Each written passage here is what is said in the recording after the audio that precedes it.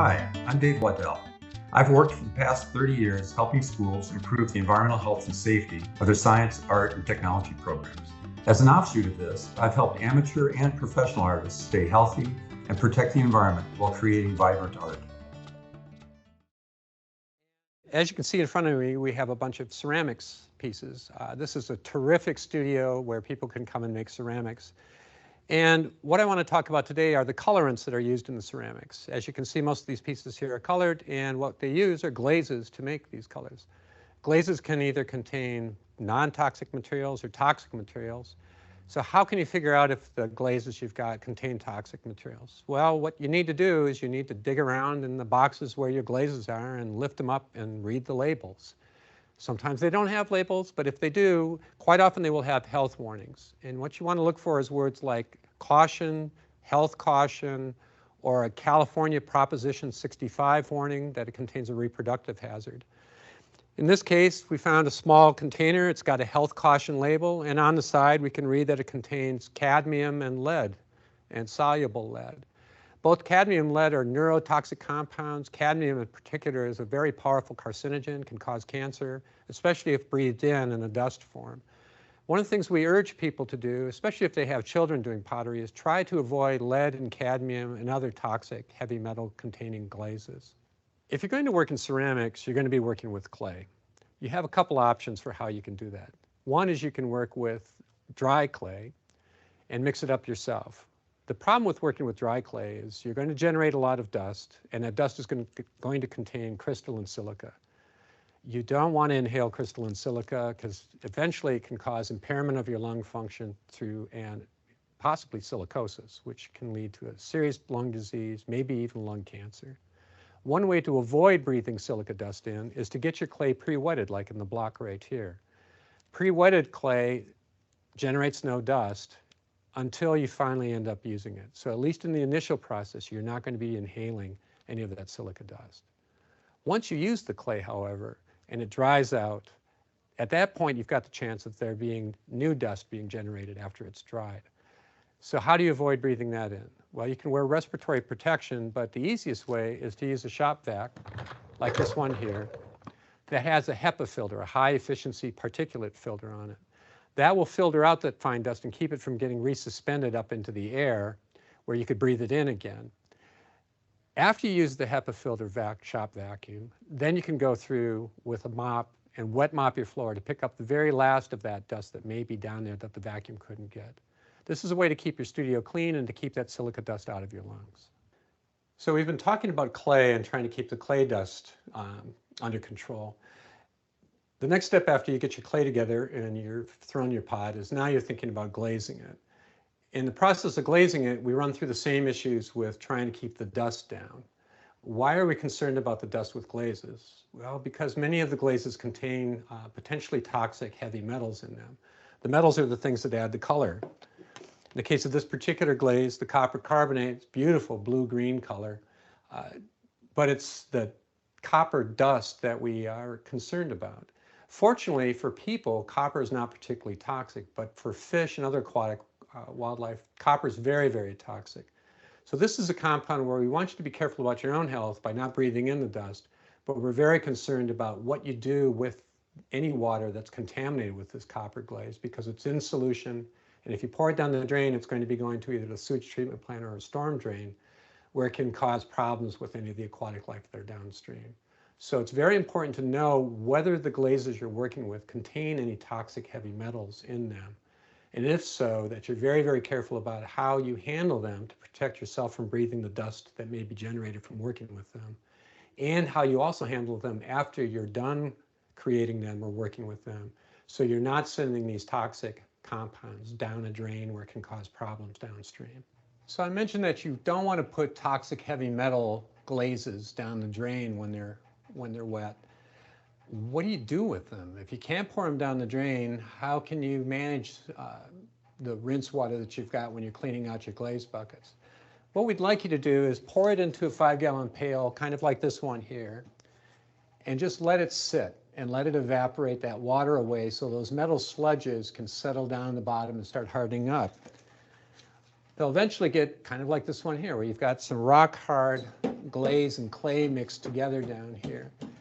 Once this gets filled up pretty well with that dried out glaze, you can deliver that to our household hazardous waste collection sites in King County, and we'd be happy to take that away from you and dispose of it properly. For some of these things, they may be okay to go into the solid waste stream, but we'd prefer that you just bring it over to our sites and we can make that decision for you.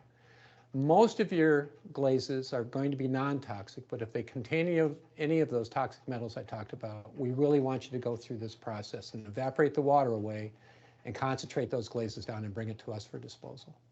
So when you're working with glazes, how can you tell which ones should be of more concern to you than others?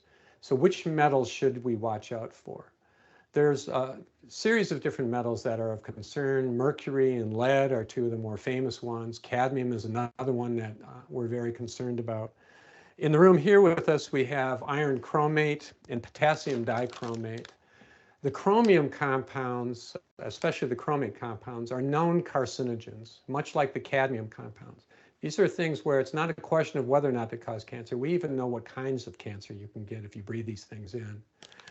The exposure limits for the chromates in particular in a workplace setting are set so low that it's essentially the equivalent of taking a grain of sand, cutting it into 10 pieces, pulverizing one of those tenths of a piece of grain of sand, and avoiding ever breathing that in over the course of a day at any point in time. That's how toxic this stuff is considered by OSHA. And so it indicates that you should really be careful when you're working with these materials. One way you can avoid getting exposed to these toxic dusts is to buy your glazes pre-mixed.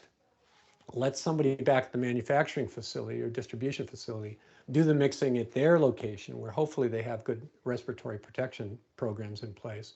And you're buying it already pre-mixed. There's no dust. It's in a liquid form. You still need to be careful about how you dispose of it, but at least this way you're reducing that risk of inhaling the toxin. So chromium is one to watch out for. Lead, cadmium, copper, zinc are all ones that are toxic to fish and that we don't want going down the drain. Another heavy metal that we're concerned about people working with is manganese. Manganese dioxide is a commonly used colorant. It's black. Gets some beautiful coloration once it's been heated. Manganese is an interesting one in that it's not necessarily, it doesn't cause cancer. It's not necessarily acutely toxic where it makes you very sick right off the bat. But long-term exposure to manganese dust can actually cause essentially Parkinson's disease. You have similar symptoms and it's just as tough to recover from those symptoms. Quivering hands, neurological problems, trouble speaking, nodding of the head. All of these things come from manganese exposure. So this is another compound that we want you to be really careful with. As you're thinking about which glaze you want to work with, really think carefully about whether you need to have a red glaze that actually contains cadmium, or whether you can work with a cadmium-free glaze and it will do what you want it to do. If so, eliminate the carcinogenic cadmium compounds and work with a non-toxic glaze. Look for the word non-toxic on the label as an indicator that the glaze does not contain toxic heavy metals. So how can you protect yourself from toxic dust generated from the glazes that you're working with? There's three options. The first one is to work with a non-toxic glaze. If it's not toxic, then your worries about breathing in the dust automatically go down. And that's considered the first approach to take. If you really need to use a glaze powder that has a toxic constituent in, the second thing you can do is you can have an exhaust system set up, somewhat like the one we see here, that will suck any dust that's generated away. So if we opened up this copper compound down at the bottom of this, hopefully this is pulling hard enough that in the process of scooping out the dust, any excess dust molecules that are coming up off of the scoop that I'm taking will go up inside of this exhaust duct that we've got here.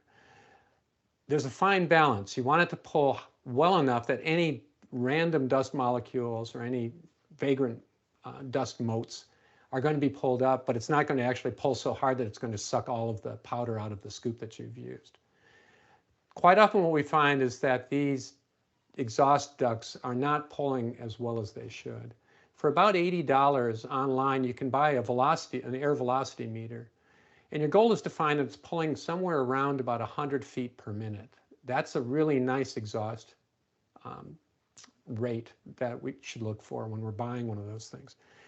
The farther you move your work area away from where that exhaust duct is located, the less efficient it will be. And in the case of this particular one, within a few inches, you're pulling at 100 feet per minute. By the time you move a foot away, we're pulling at about 20. And by the time we move 2 feet away, it's not having any effect whatsoever. So you don't want this to create a false sense of security. The final way you can protect yourself is by wearing a dust mask. And you want to have one that fits tightly, so it can't have just one strap. You want to have more than one strap. And look for the letter N with the number 95 after it. That 95 indicates that it pulls 95% of the particulates out of the air that you're breathing in. So that's a good safety measure to have. A combination of the dust exhaust system, the local exhaust ductwork, along with the mask is the best way to go. To learn more about chemical hazards in schools, visit doh.wa.gov/school environment.